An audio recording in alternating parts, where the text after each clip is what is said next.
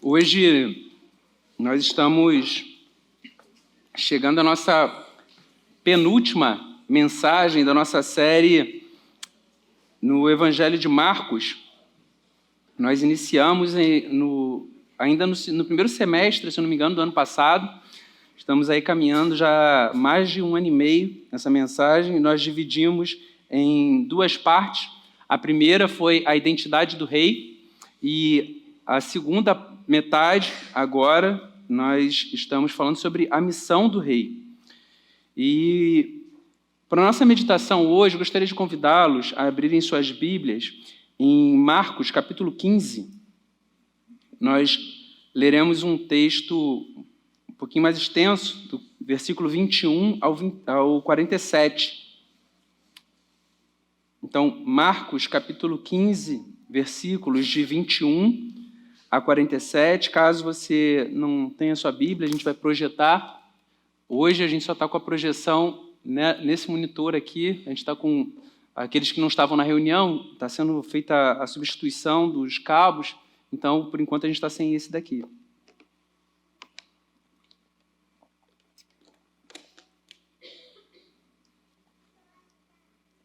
Marcos, capítulo 15, versículo 21.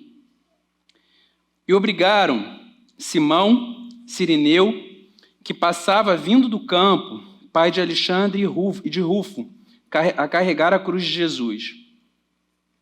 E levaram Jesus para o Gólgota, que quer dizer lugar da caveira.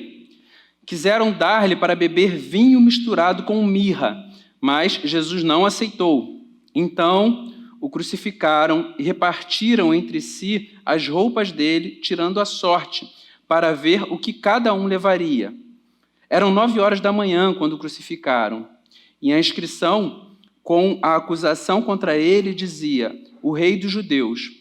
Com ele crucificaram 2 ladrões, um à sua direita e outro à sua esquerda, e cumpriu-se a escritura que diz: com malfeitores foi contado.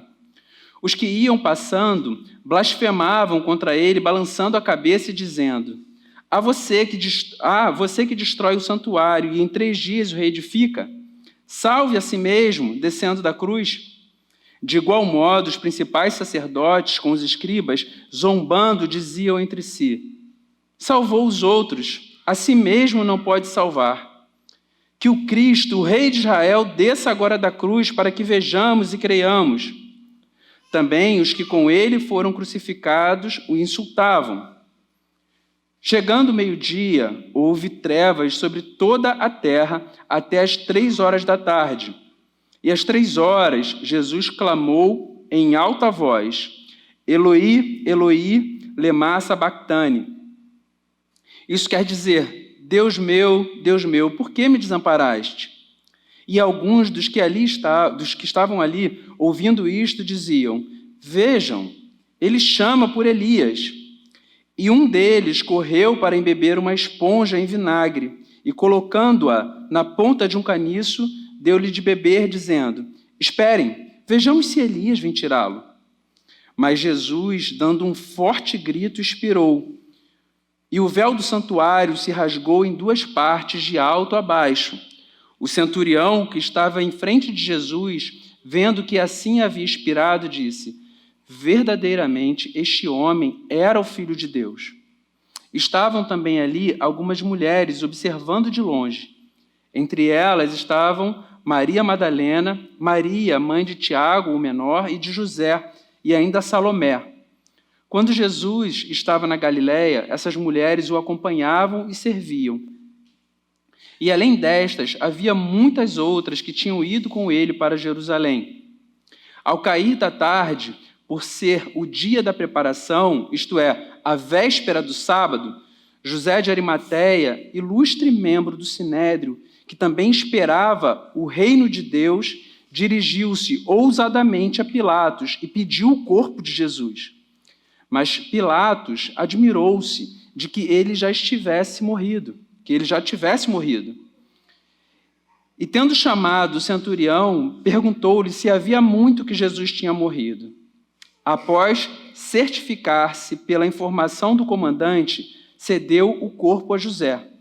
Este, baixando o corpo da cruz, envolveu-o num lençol que tinha comprado e o depositou num túmulo que tinha sido aberto numa rocha, e rolou uma pedra para a entrada do túmulo. Maria Madalena e Maria, mãe de José, observaram onde ele foi posto. Amém. Vamos fechar nossos olhos, vamos orar. Deus Santo,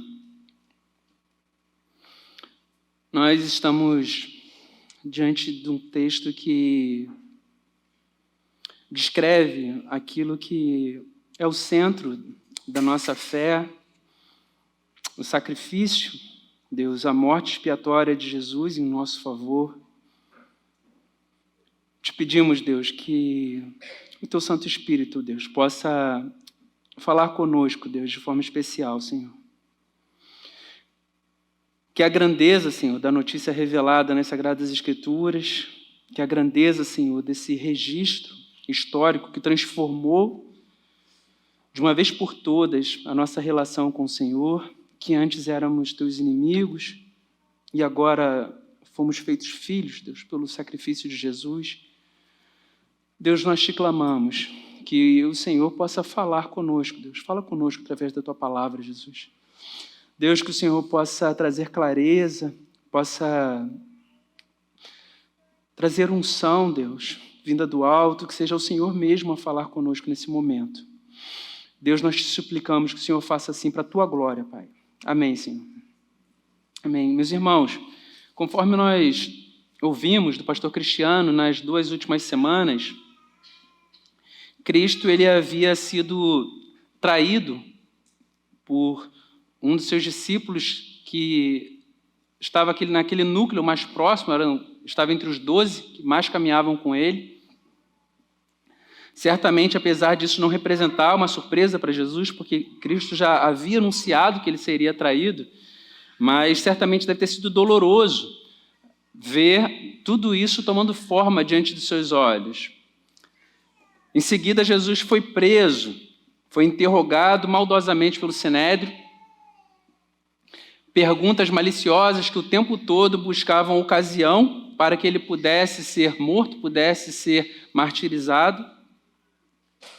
E no momento em que essas perguntas conseguiram cumprir o seu objetivo, eles passaram a insultá-lo, espancá-lo, cuspir em Jesus Cristo. E isso começou durante a noite e provavelmente deve ter avançado até bem tarde. No dia seguinte, logo bem cedo, Jesus foi arrastado, amarrado pelos membros do Sinédrio até a presença de Pilatos. Lá chegando, ele foi submetido mais uma vez a julgamento. Agora já tinha sido julgado pelo Sinédrio, agora estava sendo submetido a julgamento de Pilatos. Pilatos, arguindo Cristo, Cristo se manteve em silêncio, optou por guardar o silêncio para que pudesse dar cabo ao seu plano redentivo, nosso plano de salvação.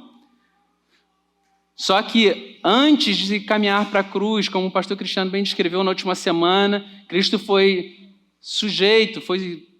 submetido ao flagelo, uma espécie de chicote com pedaços de metal e ossos na ponta, em que o sentenciado era açoitado com esse instrumento. Não existia um limite diferente da lei judaica, que eram 40 menos uma chibatada. O flagelo ele ficava sendo castigado. Provavelmente a pele de Cristo foi cruelmente dilacerada. Ou seja, após passar boa parte da noite sendo insultado, espancado, cuspido, sendo levado logo ao raiar do dia diante de Pilatos, sofrer o flagelo, é nesse momento em que nós nos encontramos, no texto que nós acabamos de ler. Depois de passar por tudo isso, é que Cristo começa a carregar a sua cruz. Antes de meditarmos no texto, eu gostaria de compartilhar com os irmãos uma experiência que talvez ajude a gente, porque trata-se de um texto bem longo, né? Muitos personagens envolvidos. No segundo trimestre do ano passado, a minha esposa falou assim, vamos levar as nossas filhas numa exposição que estava tendo na zona portuária do Rio de Janeiro. Era Monet à beira d'água. Normalmente, quando as programações lá em casa, quando minha esposa fala assim, vamos fazer alguma coisa com as crianças, eu falo assim, vamos jogar bola, andar de bicicleta. Só que quando ela fala, vamos ao teatro, ela é responsável pelo departamento cultural. Eu nunca falo coisas dessa natureza. Ela que fala, vamos ao teatro, vamos no museu, vamos na biblioteca. Eu nunca falo coisas dessa natureza. Eu falo, vamos jogar bola, vamos soltar pipa, vamos jogar vôlei, vamos andar de bicicleta. Mas eu sempre me queixo um pouco, mas quando eu vou, sempre acho bastante legal. Eu não sei quantos tiveram oportunidade de ir nessa exposição. Era uma exposição em que não eram as próprias obras que ficavam à mostra, eram projeções numa tenda, 285 projeções, e era a promessa, a apresentação do evento era que seria uma experiência imersiva, como se você estivesse dentro das próprias obras, como se você estivesse entrando nos quadros. Então, eles mostravam um quadro, aí, por exemplo, tem um quadro com um rio passando, a ponte, um barco, e de repente aparece uma imagem como se você estivesse do barco olhando para a ponte, de repente como se estivesse da ponte olhando para o barco, de repente como se estivesse do barco olhando para a praia, de onde foi tudo pintado. Então, foi bastante interessante aquilo. Eu confesso que, para ir para lá, eu não entendo nada de arte, eu tive que consultar o Google para poder entender um pouquinho, porque certamente minhas filhas iam me perguntar muita coisa. Mas, passada essa aflição de não entender nada, de arte e quebrar esse gelo inicial, foi uma experiência muito, muito interessante, essa exposição imersiva. Por que eu estou dizendo isso? Esse episódio que nós acabamos de ler, descrevendo o que aconteceu com Cristo, como se tratam de muitos personagens envolvidos, talvez seja produtivo para a gente fazer essa espécie de experiência imersiva. Então, é importante a gente refletir de onde nós vemos a cruz, de que ponto nós vemos a cruz. Da mesma forma que naquela exposição de diferentes pontos, a gente tinha a sensação de ver a obra que foi retratada com um ângulo diferente, é importante a gente pensar sobre isso. Então, um dos protagonistas desse evento que nós acabamos de ler foram os próprios religiosos, a liderança religiosa dos tempos de Cristo. Aqueles homens que representavam uma espécie de classe de elite dentro de Israel, porque eles eram observados pelo povo como aqueles que apresentavam a verdade, ensinavam a verdade, instruíam acerca das Sagradas Escrituras, mesmo que quando alguém tivesse alguma crise com o pecado ou com a sua relação com Deus, dificilmente se sentissem encorajados em procurá-los, porque eles faziam questão de fazer com que as pessoas se sentissem pior por conta da forma como eles apresentavam a religião, da forma como eles apresentavam a relação com Deus. As pessoas, quando se encontravam em crise, não conseguiam perceber na figura de um fariseu alguém que elas pudessem ser acolhidas. E Jesus Cristo, ele descreve o papel dos religiosos do seu tempo de forma muito dura. Tem um relato que está registrado em Mateus, capítulo 23, versículos de 2 a 7, creio que a gente também tem eles para projeção, em que Jesus ele descreve da seguinte maneira, os escribas e fariseus. Na cadeira de Moisés se assentaram os escribas e os fariseus. Portanto, façam e observem tudo o que eles disserem a vocês, mas não os imitem em suas obras, porque dizem e não fazem, atam fardos pesados demais, difíceis de carregar, e os põem sobre os ombros dos outros. Mas eles mesmos, nem com o dedo, querem movê-los. Praticam todas as suas obras a fim de serem vistos pelos outros, pois alargam os seus filactérios e alongam as franjas de suas capas. Gostam do primeiro lugar nos banquetes e das primeiras cadeiras nas sinagogas, das saudações nas praças e de serem chamados de mestre.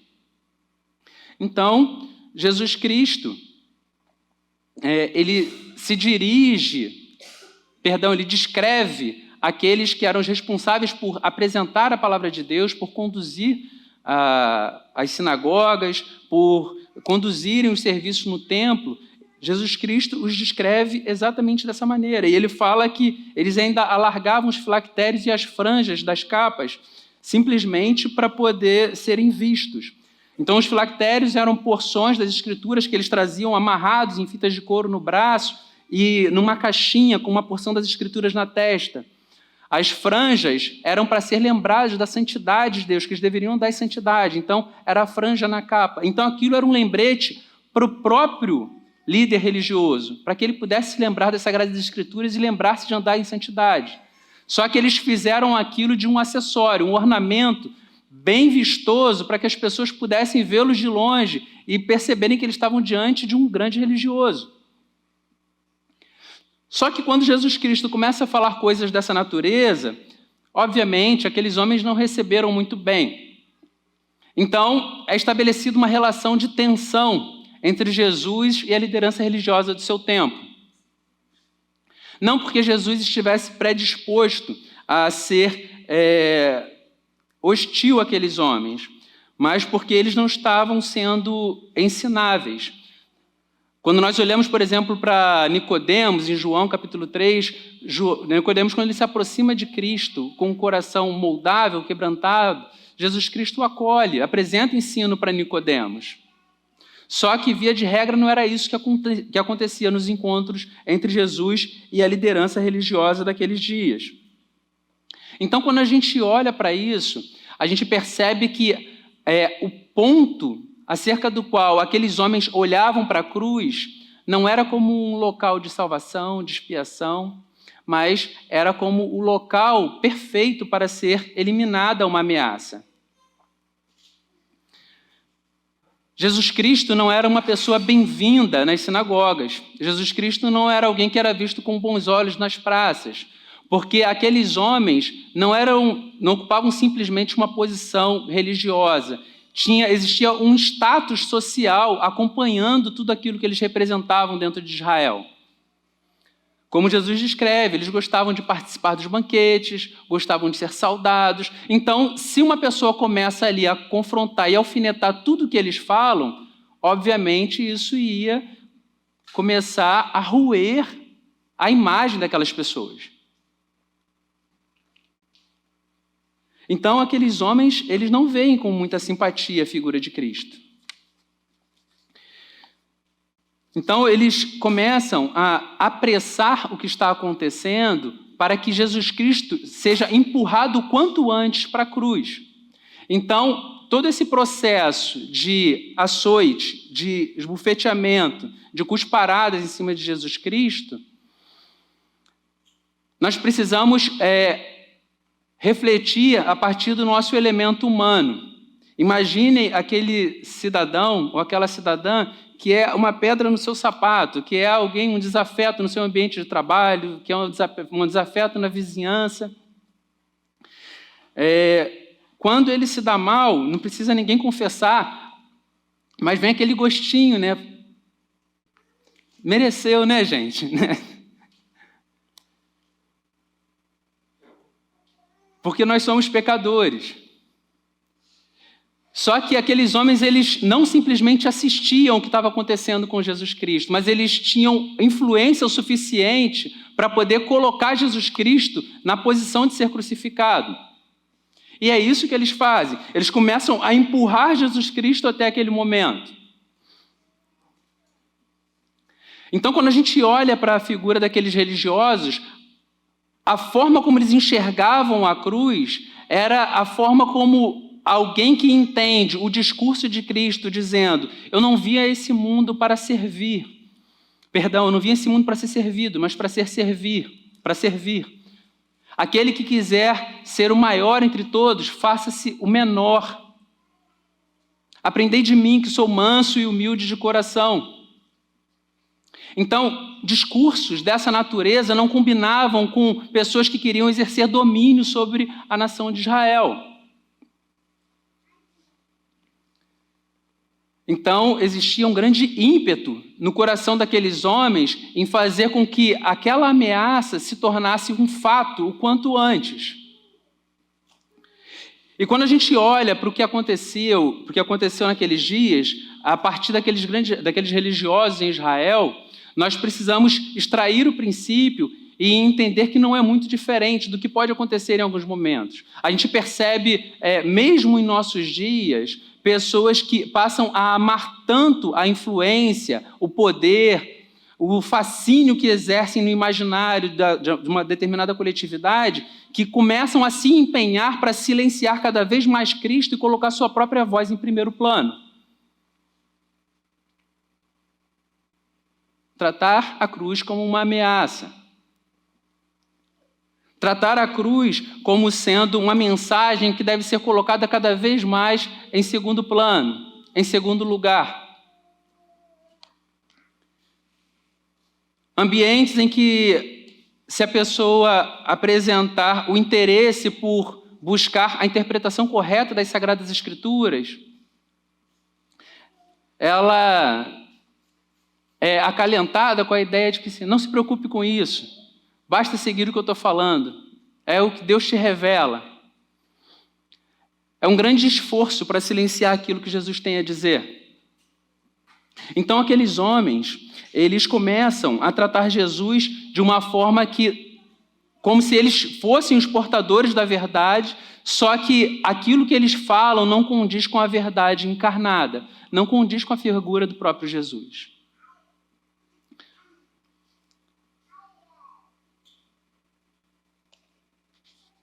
Só que naquele grupo também encontravam-se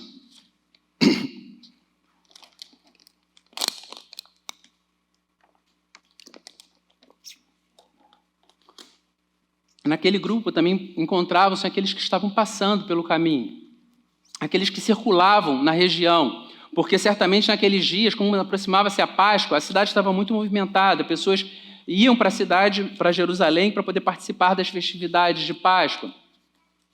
E aquelas pessoas, elas fazem coro àquilo que os líderes religiosos também estavam falando. As pessoas começam a gritar para Jesus: desça daí, você não tem poder para salvar outras pessoas, para poder curar outras pessoas, para poder realizar milagres. Salve-se a si mesmo. E talvez, é muito provável que alguma daquelas pessoas que estavam passando e fazendo coro com os líderes religiosos, é provável que essas pessoas talvez em outros momentos estivessem ouvindo Jesus Cristo e se maravilhando com aquilo que ele realizou. Então, pessoas que, de um lado, estão aqueles que querem tratar a cruz como uma ameaça, e o outro, aqueles que tratam a cruz sem o menor compromisso. Eles querem apenas fazer coro com o grupo dominante. Seja com seus religiosos, se Cristo estiver fazendo milagre, vamos prestar apoio a Jesus. Só que tem um outro grupo que se destaca dentro dessa nossa experiência imersiva. Os soldados aos quais Cristo é confiado, para que eles pudessem executá-lo, para que eles pudessem levá-lo à cruz, aqueles cujo o ofício era promover a morte, é importante nós pensarmos no que significavam as características de um homem com essa profissão naqueles dias. A gente está falando de soldados romanos no primeiro século, que estavam a serviço de um império que tinham várias nações diferentes sob o seu domínio, que precisavam o tempo inteiro conter insurreições, que precisavam o tempo inteiro conter rebeliões, que precisavam silenciar valentões que tentavam falar em nome de suas próprias nações. Então, a gente está pensando em homens que são bastante embrutecidos, homens que se acostumaram a tirar a vida de outras pessoas como se fosse algo corriqueiro, homens que lidavam com a vida já com um certo ar de desprezo e talvez até mesmo indiferença. E é para esses homens que Jesus Cristo é entregue. Então, imaginem Jesus Cristo com a pele completamente dilacerada pelos açoites, com um misto de sangue e cusparadas, entregue nas mãos desse grupo de homens? Esse grupo de homens, eles não têm uma crise de empatia ao ver Jesus Cristo, pelo contrário. Provavelmente, eles deveriam executar pessoas com muita regularidade e talvez nem tomassem conhecimento da motivação que fizessem isso em alguns momentos, mas certamente Jesus Cristo era um caso atípico, porque houve toda uma comoção na cidade, pessoas foram levadas diante de Pôncio Pilatos, a multidão gritando. Então, aqueles homens, eles entenderam mais ou menos a história, o que estava acontecendo. Só que, ao invés de demonstrarem algum interesse ou reverência por isso, aqueles homens, eles pegam o enredo da história e utilizam isso como instrumento para poder expor Jesus ao ridículo. E eles pegam uma capa púrpura, vestem Jesus Cristo como se fosse alguém da realeza. E aqueles homens, diante de Jesus Cristo completamente debilitado, eles tecem calmamente uma coroa de espinhos e cravam na cabeça de Jesus Cristo. Em seguida, eles não só fazem isso para poder completar a espécie de ornamentação desajeitada para a realeza que estava diante deles, mas eles ainda continuam batendo com caniços na cabeça de Cristo. E se ajoelham diante de Jesus Cristo como se estivessem reverenciando o Senhor Jesus.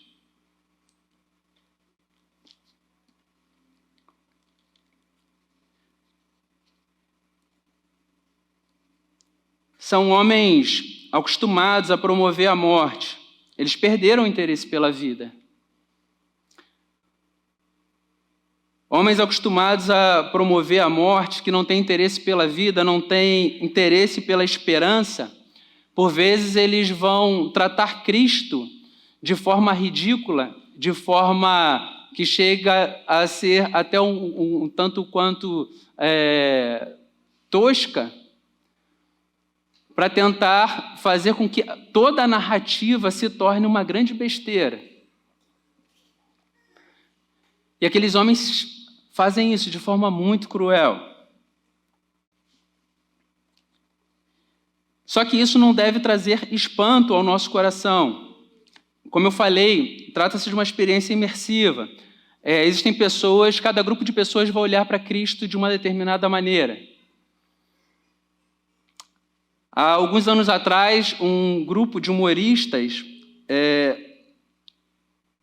fez uma brincadeira bastante sem graça com a figura de Jesus. Causou bastante desconforto. Só que muitos cristãos começaram a atacar, de forma até violenta esses humoristas. Só que esse tipo de coisa não deve nos chocar. Como eu falei, pessoas que não conhecem palavras de esperança e vida não vão jamais reverenciar o Messias. Jamais vão reconhecer o senhorio do nosso rei.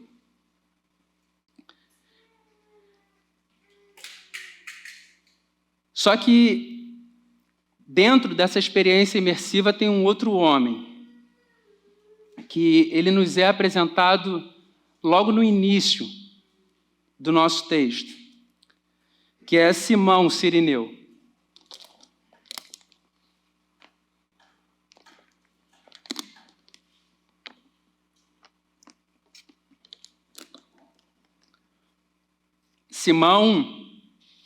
Simão Cirineu, ele estava vindo do campo, e é isso que a palavra nos descreve, que ele estava vindo do campo e, de repente, ele é designado pelos soldados romanos para carregar a cruz do Cristo. É importante que, nesse ponto, a gente atente para aquilo que é descrito, para aquilo que nos é narrado, com grande atenção, não que todo o resto não fosse, mas, como eu falei, chega a um dos pontos centrais daquilo que é o cerne da nossa fé. Um homem está vindo do campo e ele se depara com um moribundo carregando a sua cruz. Existem algumas discussões se eles carregavam a cruz inteira ou se a haste vertical ficava já no lugar, eles carregavam só a parte transversal. Mas fato é que esse homem, quando ele está chegando, ele é designado por conta da autoridade que o Império Romano exercia sobre Israel. Aquele homem é designado para levar a cruz. Então, nesse momento, é necessário que nós imaginemos o que significaria isso. Se você estivesse passando naquele lugar e ao invés de ser Simão, Cirineu, se fôssemos chamados um de nós. Se fôssemos um de nós debaixo do domínio romano e chamassem, Francisco, vem até aqui, você foi designado a carregar a cruz. Emerson, é você é o responsável por carregar a cruz desse homem. É necessário que a gente olhe com um grau de realismo que o Evangelho de Marcos nos apresenta. E talvez se fosse necessário a você abraçar Cristo e a parte da cruz e ir carregando tudo juntamente com Ele.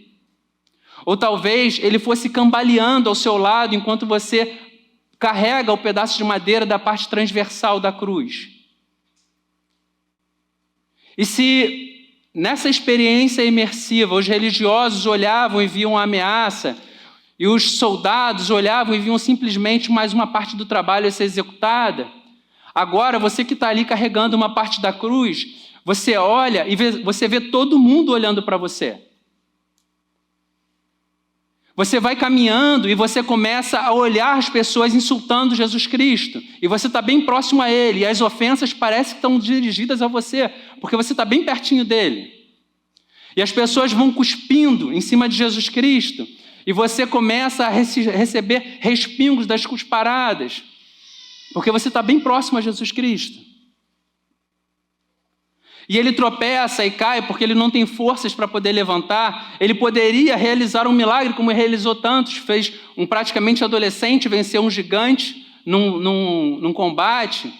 Ele fez cego voltar a ver. Ele fez leproso voltar a ter a pele íntegra como antes. Ele poderia ter feito um milagre para si mesmo, para que tivesse forças para carregar a sua própria cruz. Mas ele entrega-se às suas próprias limitações humanas naquele momento. Ele não aceita o vinho com mirra, que era uma espécie de analgésico, para poder atenuar um pouquinho a dor que ele sentia. Ele quer sentir todo o peso da sentença que repousava sobre ele, para que ele pudesse substituir de forma vicária os nossos pecados. E Simão Cirineu, pai de Alexandre de Rufo, continua a sua caminhada. Imagine os soldados empurrando Jesus Cristo. Afinal de contas, já era bem tarde. Estavam desde o início da manhã, flagelo, 9 horas da manhã, começou essa história de crucificação. Vamos terminar logo isso aqui que eu tenho mais coisas a fazer.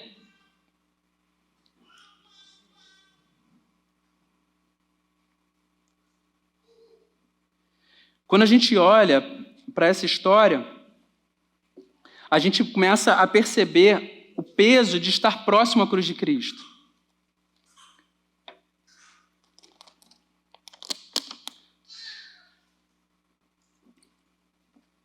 Desculpem que é porque no retiro a gente foi jogar futebol, aí eu pensei que era garoto, ainda fui jogar futebol na chuva, aí estou colhendo os benefícios de ter feito isso.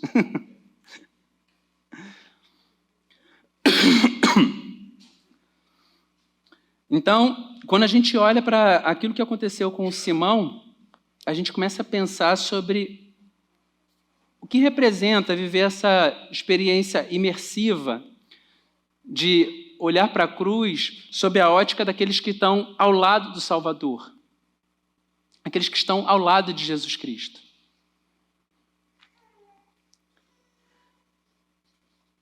As Sagradas Escrituras não nos apresentam Simão, Cirineu, como sendo um seguidor de Jesus. Ele é alguém cuja providência fez com que ele fosse arrastado até aquele ponto e fosse colocado naquela posição. para que pudesse entender o que significava estar perto da cruz de Cristo. Diferentemente dos outros que voluntariamente, dando vazão à sua própria maldade, ao seu próprio pecado, seja o egoísmo, seja o desejo por estar em destaque na sociedade, seja a própria perversidade dos soldados romanos daquele tempo, cada um estava dando vazão à sua própria maldade, aos seus próprios pecados, tratando Cristo da pior forma possível. Mas Simão ele foi arrastado pela providência para estar do lado de Jesus e entender o que significava estar do lado da cruz. E quando a gente olha para esse episódio, a gente percebe que estar a ponto de conseguir ver o que Cristo via, ouvir o que Jesus Cristo ouvia e sentir o que Jesus Cristo sentia, certamente deve ter sido uma experiência única na vida de Simão, o sirineu.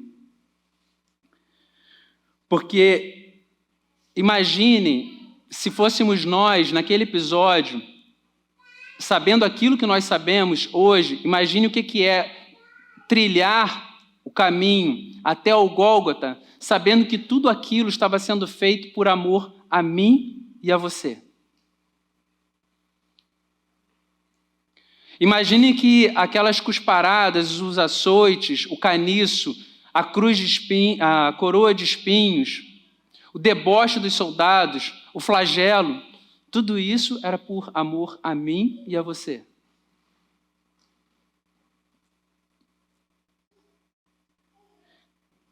O Evangelho de Marcos, ele apresenta Simão Cirineu de forma bastante atípica para aqueles dias, porque normalmente quando identificavam uma pessoa, ela era identificada falando-se acerca de quem eram seus pais. Só que Simão Cirineu acontece de forma diferente. Marcos o apresenta dizendo que ele era Simão Cirineu, pai de Alexandre e de Rufo. Quando a gente olha para Romanos, capítulo 16, versículo 13, eu pedi para o texto ser projetado, a gente começa a entender por que isso aconteceu. Marcos, ele escreveu o Evangelho estando em Roma. Provavelmente ele ouvia Pedro contando tudo o que havia ocorrido e ele foi registrando o Evangelho. E como ele estava em Roma, estava escrevendo para gentios, quando ele começa a registrar o Evangelho e fala sobre o episódio da crucificação, ele fala assim, bom, quem carregou a cruz foi Simão Cirineu, pai de Alexandre de Rufo. Vocês conhecem bem, não conhecem? Saúdem Rufo, eleito no Senhor, e igualmente a mãe dele, que também tem sido mãe para mim. Provavelmente, depois dessa experiência em que Simão carregou a cruz de Cristo,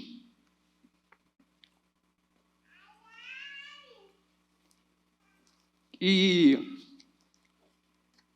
experimentou o que era ser alvo das ofensas, da cusparada, do açoite, experimentou o que era ser odiado por todos, experimentou o que era ser traído, experimentou o que era ser rejeitado pelos seus amigos mais próximos, experimentou o que era passar por um julgamento injusto, experimentou o que era ser tratado até exaustão sem que ninguém manifestasse piedade, experimentou o que era estar preso numa cruz e não receber acalento de ninguém.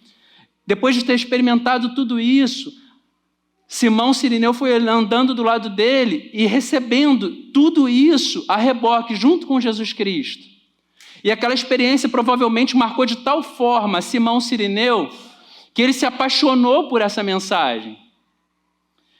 E tudo leva a crer que o seu filho também passou a servir a esse mesmo Senhor. E ele é contado na igreja de Roma como sendo um servo fiel. E a sua mãe, a esposa de Simão, ela é tratada por Paulo como sendo alguém que dispensou tamanho carinho ao apóstolo que ele havia como uma mãe. Então, uma família que foi arrastada para o lado da cruz e entendeu o que era nessa experiência imersiva do sacrifício, do amor do Senhor pela humanidade, entendeu o que significava sofrer por amor. Então, Simão Cirineu, ele teve sua família transformada, teve sua vida transformada. Aí talvez a gente diga assim, mas basta somente isso? Será que era simplesmente uma questão de ponto de vista? Será que o que determinou o tipo de relação que cada um teve com a cruz foi o ponto que eles observavam o sacrifício? Se eu fosse um fariseu e eu olhasse para Jesus Cristo, eu estaria ali fazendo coro e ofendendo Jesus Cristo. Se eu fosse um soldado, eu estaria ali sendo cruel com o sacrifício dele e me alegrando com isso. Talvez estivesse fazendo piada junto com aqueles soldados. Será que foi isso que foi o fator determinante? Quando Jesus Cristo, ele já está exausto, bastante cansado, e ele está próximo de entregar o seu espírito.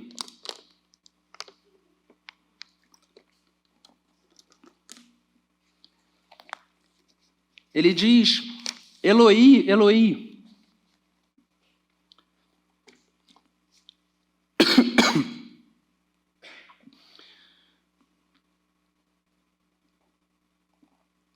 Ele diz, Deus meu, por que me desamparaste? Isso reforça aquilo que nós dissemos, que Marcos, ele diz a frase em aramaico proferida por Jesus Cristo, traduz para o grego, para que o pessoal pudesse entender, os gentios pudessem entender. Só que em seguida ele dispara um grito, um brado. Esse grito e esse brado a gente vai entender na passagem paralela que está registrada em João, em que João diz que o brado dado por Jesus Cristo está consumado. Tetelestai. A obra está realizada. O trabalho está feito.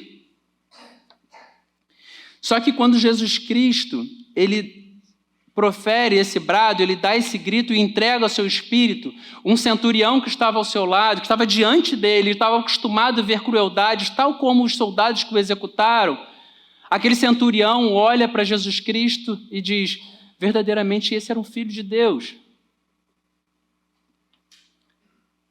José de Arimateia, que era um membro do Sinédrio, da mesma forma que aqueles que acusaram Jesus Cristo também eram membros do Sinédrio, mas José de Arimateia tem uma postura diferente.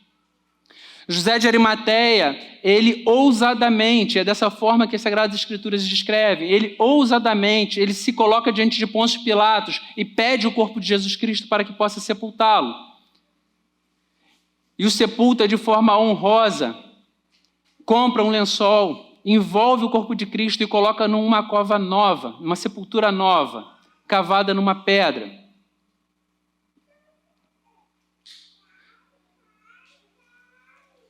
Tratava-se de uma decisão ousada de José de Arimateia fazer algo dessa natureza, porque, como ele era membro do Sinédrio, ele estava diante de alguém que poderia ser considerado como um rebelde, alguém que estava estimulando uma insurreição, alguém que estava querendo se rebelar contra Roma, que era a acusação deles, que fazer Jesus Cristo rei dos judeus.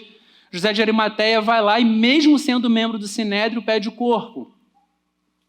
Então nós vemos o centurião confessando que verdadeiramente aquele homem era um filho de Deus. Nós vemos José de Arimateia, mesmo sendo membro do Sinédrio, pedindo o corpo de Cristo para que pudesse dar um sepultamento digno.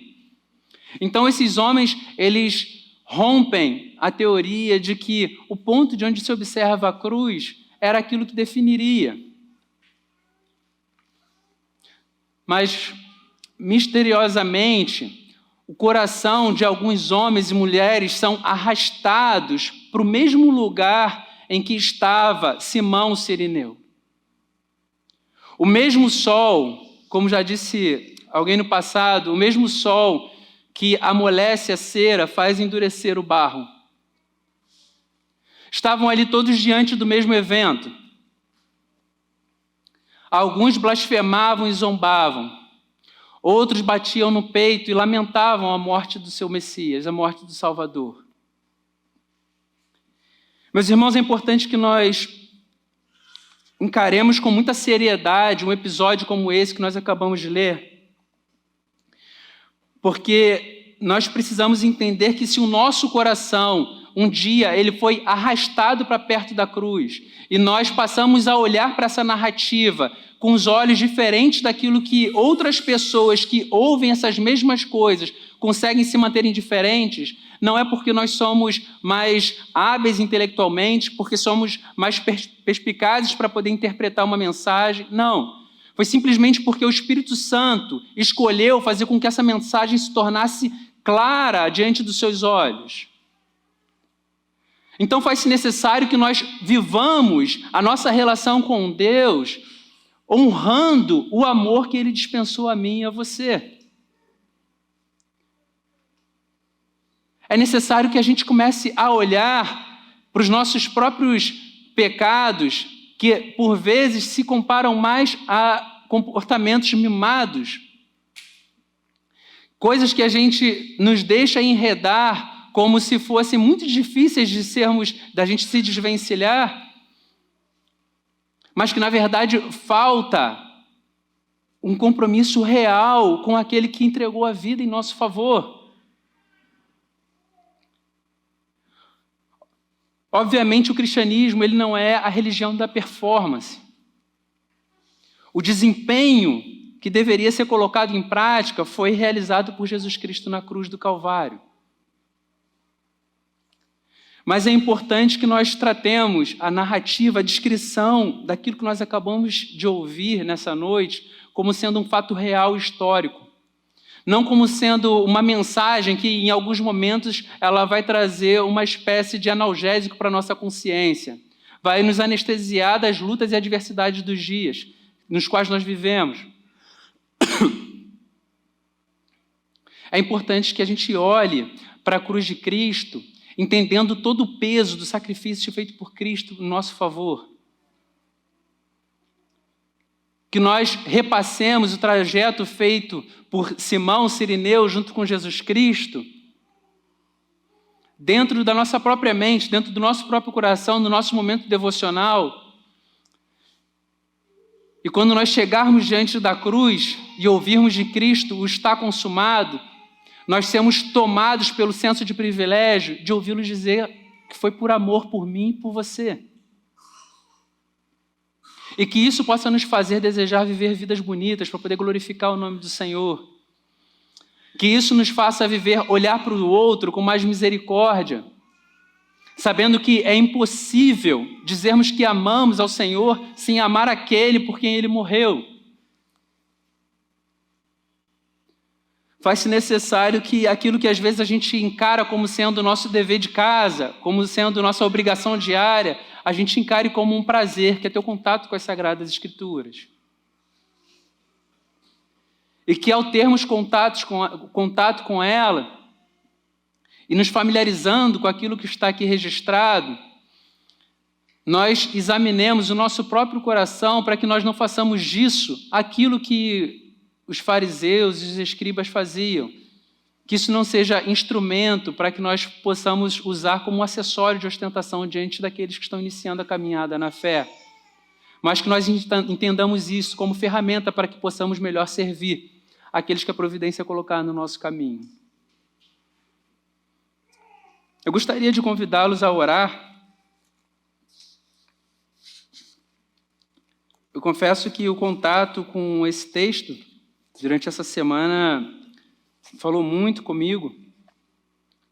É sempre muito especial preparar a mensagem para poder compartilhar com a igreja, mas esse texto é muito poderoso, a gente pensar em Cristo, feito homem, de carne e osso, e se permitindo passar por tamanho sofrimento, para que a nossa ofensa recaísse sobre ele, e para que a sua justiça recaísse sobre mim e sobre você. Deus amado, nós louvamos, Deus, o teu santo nome, por tua graça e misericórdia. Te agradecemos, Deus, porque cada passo dado por Cristo em direção ao Calvário Foram passos de amor, Senhor, em prol de pecados para cobrir pecados, Deus, que nós ainda nem cometemos. Deus, o Senhor é aquele que nos conhece antes mesmo da palavra nos chegar à boca. O Senhor é aquele que conhece os pensamentos quando ainda não se tornaram em fato, estão apenas como um embrião na nossa mente, o Senhor já os conhece todo. E ainda assim, Deus, conhecendo a nossa imperfeição, conhecendo a nossa ira, conhecendo a nossa avareza, conhecendo, Deus, os nossos corações impuros, ainda assim o Senhor escolheu nos amar. Deus, obrigado, Senhor, por tamanha graça sobre nossas vidas. Te pedimos, Deus, que o Senhor alargue, Deus, em nosso coração o amor pelo Senhor e o amor por aquilo que o Senhor ama. Deus, leva-nos, Deus, a amar apaixonadamente aquilo que o Senhor ama.